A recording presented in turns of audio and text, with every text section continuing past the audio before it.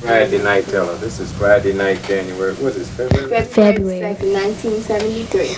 Anyway, this is the letter that we all got together. Sorry we didn't get Eric and Herm on it.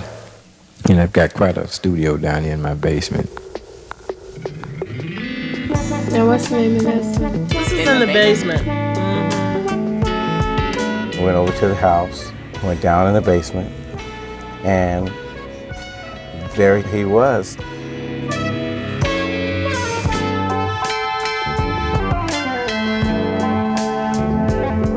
Down in his basement, he was churning out music out of that genius mind of his. And sit down in the basement 3, 4 o'clock in the morning, 5 o'clock in the morning.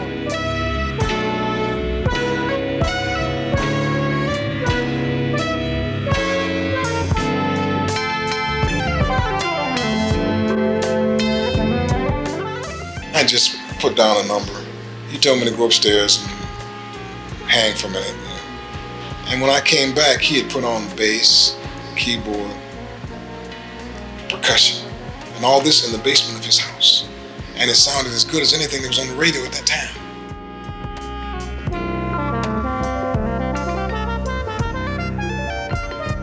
Charles Stepney is one of the engineers of the Chicago sound.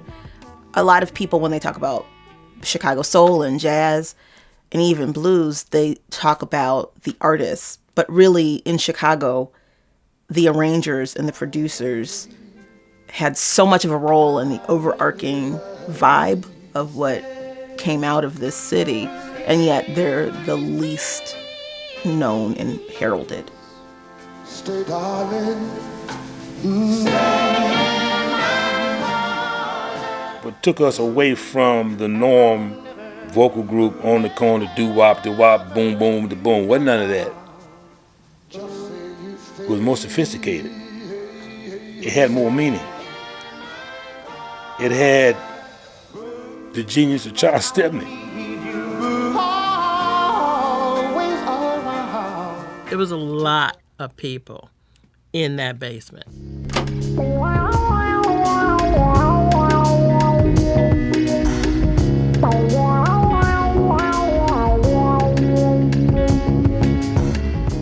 Those legends were in that basement. Nobody knew they were, they didn't know they were legends themselves. We were kids. We were like 21. It was just like you were talking to your father or, a big brother. I think it's some of the greatest records we've ever done with him. When the red light would come on and we would be a little nervous, you said, just relax, baby, we're gonna get through this, I'm always overwhelmed at his embellishment.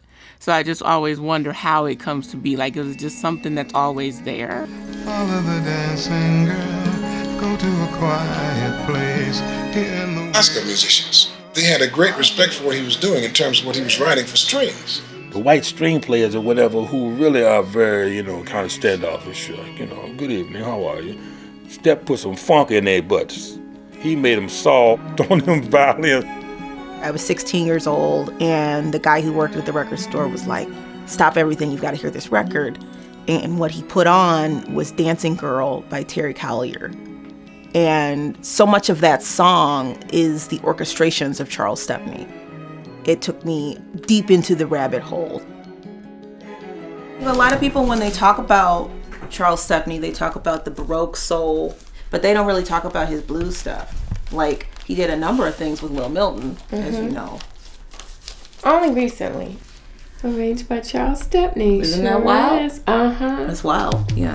Oh, this is my funky sci-fi. What's your funky sci-fi? Now, this was the mini Moog, right? I don't know. I can't say it. Moog. It's a Moog. It's a Moog. It's a Moog. The father of the modern synthesizer is undoubtedly Dr. Bob Moog. And the use of synthesizer, which was extremely avant in a 1967 R&B record. At the time where synthesizers were just in their embryo stage, Charles was in his mad scientist thing. So gosh.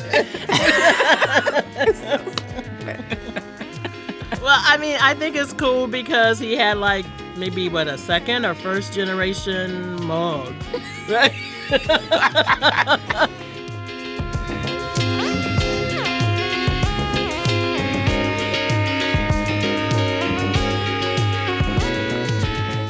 This is the script to the movie, That's the Way of the World. So it's about this young band. Earth, Wind & Fire is the band. Starring Harvey Keitel. There certainly are no musical pretensions. Can you dig that, Johnny? I might say the arrangements don't get in the way. Helen, what do you think? Dad was just like advisor or consultant, but they kept using him so often they finally wrote him a little part. Not the piano changes. Okay, right. Hey, that was super bad what you did, man. Bringing the voice up like that to match the other guys. Super bad. Really. Johnny is sitting at the piano hitting some keys.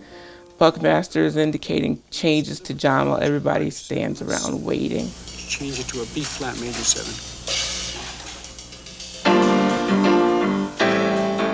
Daddy was Johnny and Harvey Keitel was playing the producer. You know, basically Daddy's real life role. Doing radio and TV commercials now. I'm still in the record business, but I'll be independent from now on. I guess it's just so long until the next time.